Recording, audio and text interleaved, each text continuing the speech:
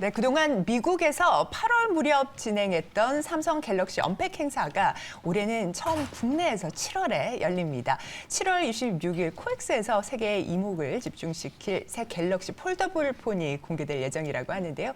저희가 전문가 모시고 폴더블 폰 이야기를 하려는 것은 아니고요. 삼성전자의 잠정치 실적 발표 임박한 가운데 관련 이슈들 이야기 나눠보겠습니다. 배종찬 인사이트K 소장 모시고 말씀 나눠보죠. 어서 오십시오. 안녕하세요. 안녕하십니까.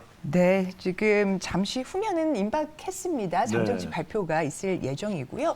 지금 증권사 하우스별로 영업이익에 대한 편차가 좀 큰 것 같아요. 불확실성이 좀 크다는 해석을 해볼 수가 있을 텐데 하반기에 대한 전망은 모두 다 좋은 상황입니다. 저희가 실적 발표에 대해서 어떤 포인트 좀 자세히 살펴보면 좋을까요? 확인이겠죠. 확인. 뭐 좋을 거다. 어닝 서프라이즈 기대하는 거 아니잖아요. 네. 그러니까 대체로 어느 정도 수준이냐. 그래서 이제 두 가지를 확인하고 싶은 것일 거예요. 네. 1분기 때 워낙 적자 폭이 크지 않습니까? 맞아요. 4조 원이나 됐거든요. 그러니까 적자 폭이 줄어들 것이다. 확실하게 얼마만큼 줄어들었냐.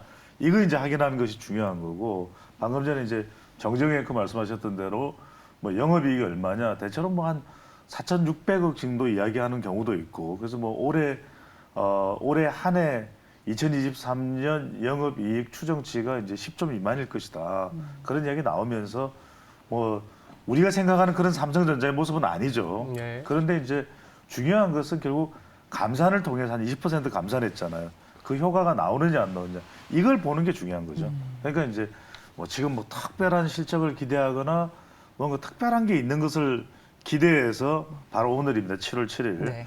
어떤 실적에 대해서 기대하는 것이 아니라 말 그대로 확인을 하는 것. 자, 큰 적자가 났었던 1분기와는 달리 2분기에는 이 적자 폭이 줄어들었고, 그리고 감산 효과로 하반기에는 더 기대할 수 있는 좀 바닥이라고 하는, 바닥 쪽으로 가고 있다라고 하는 그런 영양가에 있는 지표를 확인하는, 그게 사실은 오늘 발표되는 실적에서 우리가 찾을 수 있는 가장 중요한 지점이라고 봐야 되겠죠. 예. 네. 뭐 기존 산업이 이제는 바닥을 잡아가는 그런 국면인데 앞으로의 이제 성장 전략이다 보니까 예. 궁금해지는 게 또 삼성전자가 어떻게 이 난관을 헤쳐나가는지잖아요. AI에 관련돼서 삼성전자 그 뭐 메모리 특히 이제 파운드리와의 시너지를 많이들 기대하거든요. AI 반도체에서 삼성의 전략, 뭐 글로벌하게 또 통할 수 있을지가 이게 관건인 것 같아요. 저는 두 글자로 표현하고 싶다. 낙관적이다. 낙관적이다. 예, 왜 그러냐면 이제 100대 파트너 방금 전에 이제 코엑스에서 새로 나온 휴대폰 공개도 하는데 네. 그 장소일 겁니다. 이 삼성전자의 앞으로의 AI 반도체 또는 이제 파운드리 팹리스와 관련된 계획을 또 100대 파트너와 발표를 해요. 근데 참 삼성전자가 가지고 있는 장점은 뭐냐면은 조금 더 또 설명을 드리겠습니다만 그래도 삼성이죠. 그 브랜드의 신뢰도도 있지만 많은 또 이 네트워크의 이 계열 기업들과 꽉 짜여져 있는 이 연대 협력적 이 기술 개발 관계가 가능하다라는 것이거든요. 이게 삼성이 가지고 있는 힘이죠. 뭐 하루아침에 만들어진 건 아니고 그렇기 때문에 세계 최고의 브랜드가 되고 있는데 뭔가 우리가 인텔도 그렇고 지금 애플도 미국에서 이제 그래도 추세적으로 보면 주가가 올라가고 있어요. 그거는 기대치가 분명히 있다. 그래서 중요한 게 인공지능의 시대 이제 AI 반도체가 상당히 이제 곽강을 받을 수밖에 없는 상황이고 중요한 건 앞으로 이제 4년 이내에 2027년이 되겠죠. 그래서 삼성전자가 1.4나노를 이제 양산하겠다. 이런 얘기를 하고 있다면 제가 분명히 말씀드렸습니다. 투자자분들이 이거 꼭 아셔야 돼요. 그러니까 어떤 종목과 관련된 기술에 들어가냐 세 가지입니다. 그러니까 메모리는 기존의 메모리는 초나노 기술 이 기술을 가지고 있는 소재 부품 장비 쪽으로 생각하시면 돼요. 그 다음에 두 번째는 뭐냐 파운드리와 팹리스다. 그래서 오늘 종목을 조금 말씀드리면 국내 최대 팹리스 기업이 어디입니까? LX 세미콘이죠. 그래서 주목받을 수밖에 없다. 저는 또 하나 주목을 하는 것이 뭐냐면 이 삼성과의 유대 관계가 아주 가까운 두 기업이 리벨리온과 딥엑스입니다. 리벨리온과 딥엑스인데 아직 상장 전이에요. 그렇죠. 비상장 기업. 비상장 네. 기업입니다. 그래서 우리가 지금 뭐 주가를 소개를 해드리면 상당히 주목을 받고 있습니다. 그래서 미리 말씀드렸는데 리벨리온과 딥엑스 그만큼 저는 팹리스와 파운드리 쪽으로 주목할 수밖에 없는 상황이다. 이렇게 판단하고 있습니다. 네, AI 연합전선 관련한 파트너십에서 LX 세미콘 얘기가 또 나왔었고요. 그제 신고가를 기록했던 LX 세미콘까지 말씀을 좀 주셨는데 저희가 지금 하우스뷰 관련돼서 이베스트 투자증권에서는 목표 주가 한 8만 원 정도로 가장 보수적으로 어떻게 잡으셨더라고요. 네. 제가 잡은 건 아니고 네. 담당자가. 그래서 좀 여쭤보고 싶었습니다. 아무리 리서치 센터장이라 하더라도 개별 섹터의 의견은 존중할 수밖에 약간 없고. 무언의 영향을 주시지 않았습니까? 근데 이제 저희가 사실 굉장히 보수적인 하우스이긴 합니다. 반도체에 대해서는. 그나마 그래도 삼성전자는 들고 가자는 뷰를 갖고 있는 하우스라는 점도 네. 챙겨 보시면 될 것 같아요. 네, 네. 네. 지금 뭐 담당 애널리스트가 또 다양한 탐방과 또 실적 추정을 이렇게 담아서 목표 주가를 산출을 했을 거고요. 지금 보니까 9만 5천 원에서 뭐 8만 원까지 다양하게 목표 주가가 제시된 점 말씀을 드리겠습니다. 자, 반도체 업황도 업황이지만 네. 이번에 이렇게 영업 이익률 자체도 12년 만에 한 자릿수로 떨어지는 어떻게 보면 굉장히 좀 충격적인 상황이라고 예. 볼 수가 있는데요. 이번에 디램 파운더리 부문에서 개발 총 책임자가 교체되는 인사도 있었습니다. 자, 삼성전자에게 지금 필요한 혁신 어떤 부분들이 좀 있을까요? 글쎄 이제 중요한 사람으로 보면 역시 이재용 회장이죠. 네. 근데 2015년 이후에 실질적인 이제 그룹의 리더가 됐는데 근데 그렇게 보기에는 계속 사법적 리스크 이게 계속 따라다녀요. 이재용 회장이 계속 재판받고 있잖아요. 저는 이걸 좀 빨리 떨궈내는 게 필요할 것 같아요. 그래서 삼성이 약진해야만 대한민국 뭐 경제도 그렇고 주식시장 이 현실적인 이야기입니다.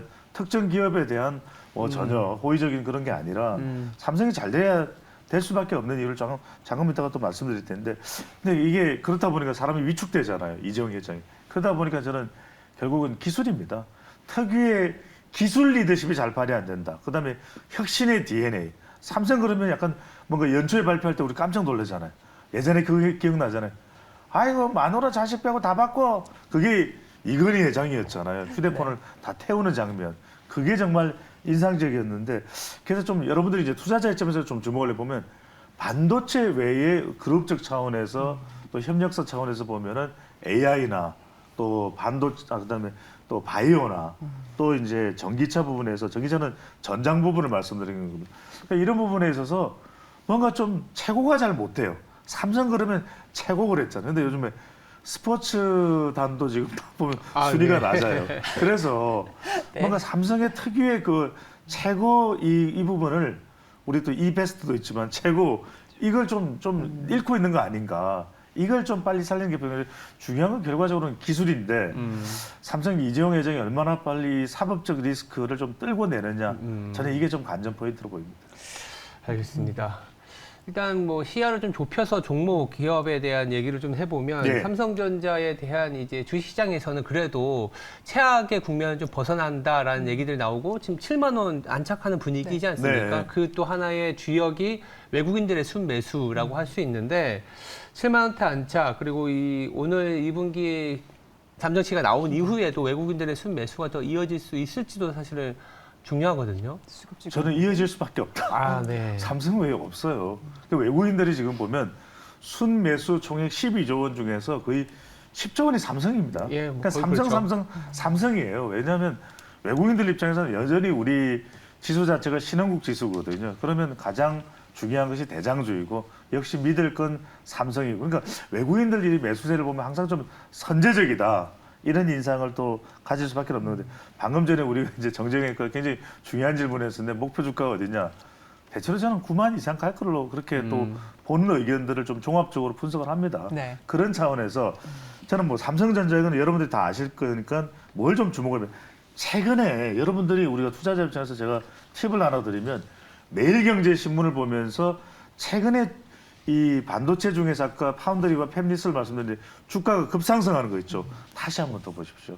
그런 종목이 뭐냐면 하나 마이크론이 있고 한양 디지텍이 있고 아비코 전자가 있고 특히 이제 ISC 이게 이름이 영어로 되어 있다 보니까 많은 분들이 좀 간과를 하고 있는데 ISC까지 여러분들이 자, 이런 정보들 최근에 뭐 팹리스, 파운드리 관련 또 후공정 관련해서 급상승했던 정보도 우리 매일경제 신문에도 홈페이지에 잘 나와 있습니다. 네. 이 부분들 꼭 눈여겨보시면 좋겠습니다. 네.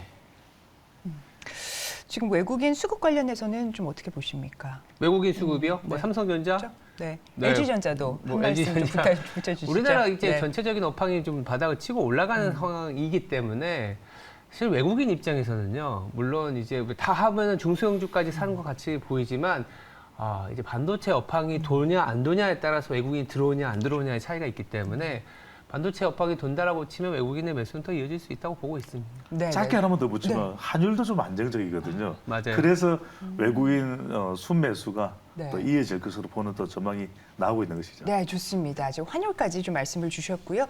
이러한 부분들 오늘 또 잠정치 어떻게 나오는지 함께 체크를 해주시면 좋겠습니다. 배종찬 소장님 말씀 잘 들었습니다. 감사합니다.